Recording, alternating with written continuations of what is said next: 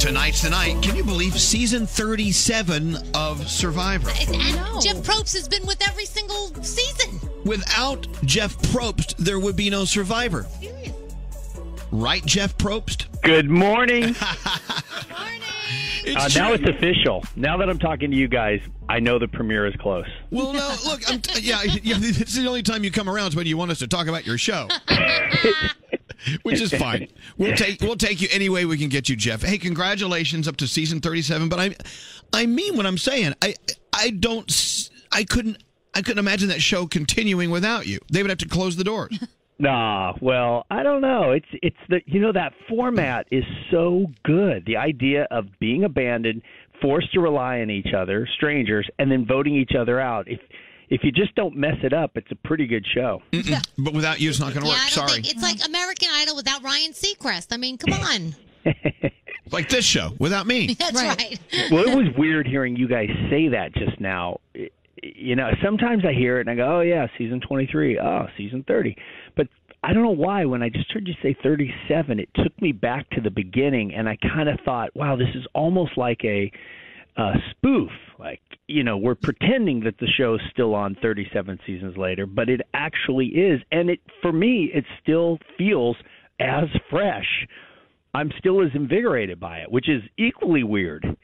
So do you have a hand on figuring out each season, like what the theme is? Because I know this year it's David versus Goliath, which kind of seems unfair. But who comes up with that? Well, I've been show running the show for a while. So we have a, great creative team that's been together for a long time. And CBS, I'm telling you, Danielle, it's the greatest situation ever. They let us make the show.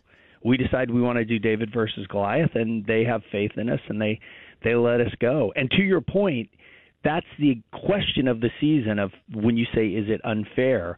You'll see tonight, there are 10 Goliaths. The guys are big, the women are beautiful, everybody's smart. Damn. And they come from advantage, and they're used to winning. They expect to win. Everything in their life has been about success and victory. And then you look across this big barge that we're on, and you see 10 much smaller people, and you hear 10 stories of people who came from nothing and have had to overcome everything. But the story centers around the question of, it's not who has the advantage in life, it's what is the advantage. Because until you know the situation, you don't know who has the advantage, and Survivor's the big unknown, and that's what we're going to explore this season. Has there ever been a place or a theme that you guys wanted to explore, and either maybe the region was like, there's no way in hell we're letting you film here? Like Detroit.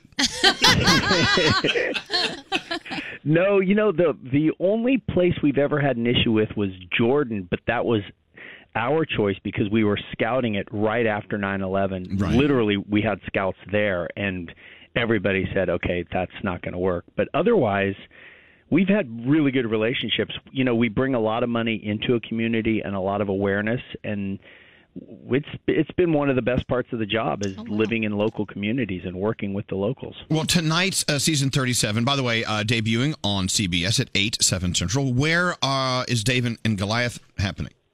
Fiji. We struck a long-term deal with them a few years ago, and it's been really good, and it's made it easier for us to do the show logistically because we don't have to travel all our show through containers and ship in Malaysia and then store it and all this stuff. We kind of hunker down there, and it's given us more time and energy to just focus on the creative.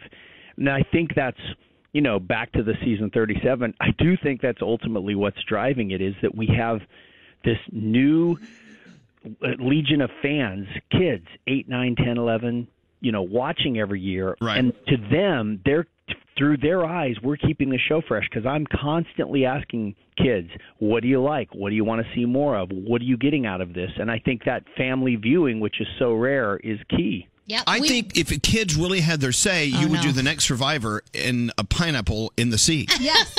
Like SpongeBob SquarePants. I would vote for that. Elvis, you are so right. You ask them, and they do. They tell you, what about dinosaurs? Could you do something with dinosaurs? Yeah, that's so cute. You need kids. Okay, but again, so 37 starts tonight, then 38, then 39. I'm hearing you guys are trying to come up with something really, really festive for season 40. I mean, what could you do different? Because they're all equally as fantastic. Let me tell you the truth. Elvis, I'm going to tell you the truth. No, please don't do that. Survivor fans love to start rumors, like any fans of shows. We don't even have any idea what we're doing for 40. And you're right. You can't. What are we going to do? It's going to either be a really fun all-star sort of reunion where we bring back big names, or we're going to do new people. It's one of the two. Yeah. And we just have to make it great. Well, I love the David versus Goliath theme because, look, we all love an underdog. We really do. And we love to watch them come from behind when the chips are stacked against them and win. And so I'm hoping, we'll see. I'm hoping that an underdog will win. Hey, you got one of your own right there, Andrew. Oh, yeah, underdog. Okay, we didn't want to bring that up, but our own Andrew has been. I know he's been doing something to try to get on one season of Survivor. Yep. We've talked. I mean, it's a process. You got to want it. Well, he won't tell us he's trying anything. to prove to us how much he wants it. He won't tell us anything. No, he won't tell me anything. Well, ask him, like, well, what'd you do? Where'd you go? I mean, what's the deal? And he's like, I can't say anything. I'm like, well, why can't I love you say that anything? already. That's good intel for me. What does that mean? You want him to prove how much he wants it? He has to, saw off a finger? Well, I wouldn't go that far because you're going to need it out there. But I haven't counted his fingers. We haven't. Honestly, I was joking a little, but there is something to be learned from how hard people try to get on the show and how long they try and how much they grow in the process of trying to figure out how they're going to share their story. Because sometimes people want to be on and they're just not ready, but they keep fighting like a David. And 4 years later, we go, wow. This is amazing. You're perfect right now. You're ready. We can tell, and we put them on, and they flourish. Well, no. If you put Andrew, my assistant, on, then who's going to do my stuff? That's right. You need to, Jeff. You need to send him an assistant. Yeah, I insist because I tell you what. If he does, I know this phone call here has nothing to do with the selection, but never know if he does get on, Jeff. If he does. Then CBS, because you're going to get a buttload of promotion on this show. We're going to talk about it. Like, you're going to receive millions of dollars of free promotion from our show. It's a genius idea. Secondly, in return, I need for CBS to pay for my new assistant. Yeah. I think it's a fair deal. Yeah. I would like to travel to Fiji. Yeah. Let's do the show live from the island. Oh, that would be awesome. Exactly. That would be fun too. So it's an assistant and a couple of tickets, some travel vouchers or something to Fiji. And we want to go to the finale. Thanks. Yeah. Okay. Other than that, it's even getting longer. Look, Jeff, we've said this before. I'll say it again. Every time you're on, you're always the nicest guy, and I'm serious. I cannot imagine Survivor without you. Oh, thank you. And you're not really participating in the contest. I know, but no one could pull it together as great as you. And they are so lucky to have you. I need to be your agent as well, and I get 10% of all of your salary. I know, and I wasn't kidding when I said it feels official, even though, as my son did say just yesterday, he goes, man, I don't like all these late-night shows when the only reason people are on is to promote something. Right. And I went, that's what your dad Yeah, that's your dad.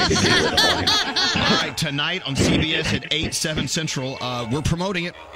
It's season Thanks for having me on. 37. We love you, Jeff. Have a great season, okay? Later.